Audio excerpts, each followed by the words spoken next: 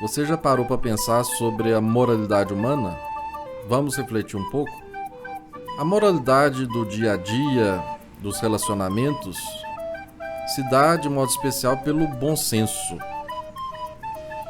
O ser humano, todo ser humano, possui um senso de moralidade. Isto é, um senso de como se deve comportar, como se deve relacionar. É certo que nós somos condicionados, às vezes mais, às vezes menos. Eu diria que há em todo ser humano um condicionamento biopsíquico-social. Isso é, o nosso organismo biológico nos condiciona de certa maneira. Se ele está saudável, é um conto. Se ele está doente, é outro. Conforme ele esteja saudável ou doente, isso influencia no nosso comportamento. A vida psíquica também nos condiciona. E não existe uma separação entre vida biológica e vida psíquica, embora nós possamos fazer uma distinção. O biológico pode também condicionar o psíquico e vice-versa. Se a vida psíquica flui bem, nós teremos uma visão de mundo, um determinado comportamento. Será de modo diverso se flui mal. Nós também somos condicionados pela cultura, pelas convenções sociais, pela educação que recebemos. A cultura condiciona, de certa maneira, o nosso perceber, o nosso olhar, o nosso ver o mundo, ver o sentido das coisas e assim também o nosso agir. Por causa desses condicionamentos,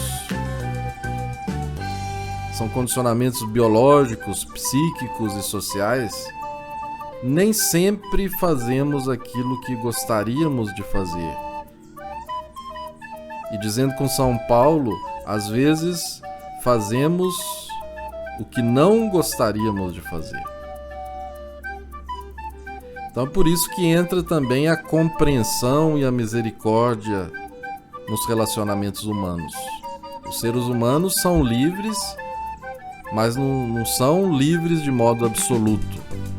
São também condicionados. E às vezes os condicionamentos são tão fortes que diminuem muito ou quase tiram a liberdade. Mas se nós falamos que o ser humano é um ser moral,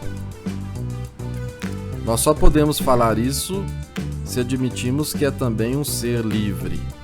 Aí é que entra a categoria do espírito, a esfera do espírito que constitui o ser humano.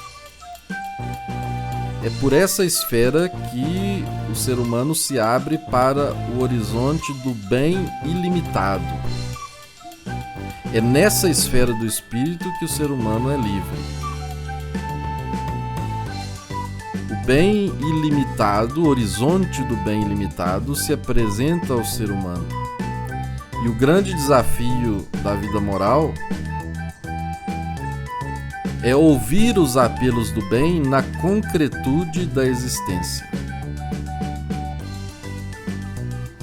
Porque se nós vivemos no horizonte do bem ilimitado, nós vivemos também nas circunstâncias bem limitadas.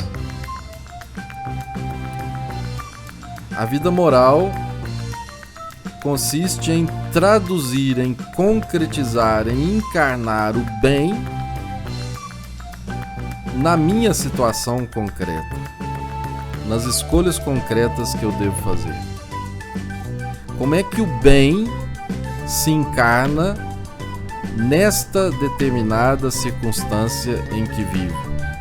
Como é que eu posso realizar o bem aqui e agora na minha vida, nas minhas relações, no mundo em que vivo. Esse é o grande desafio. Então nós temos no ser humano essa dialética. De um lado, ele vive no horizonte do bem limitado, ele pode perceber e reconhecer os apelos do bem, mas de outro lado ele deve sempre fazer escolhas bem concretas, bem situadas. Para encarnar o horizonte do bem nas nossas escolhas concretas, nós precisamos da virtude da prudência. A prudência nos faz discernir. Pela prudência, nós nos encaminhamos pelo caminho do bom senso. Então está aí o grande desafio da vida moral: encarnar o bem na existência concreta, nas escolhas diárias, encarnar o bem no chão da história. Isso se dá pela prudência, pelo discernimento e pelo bom senso.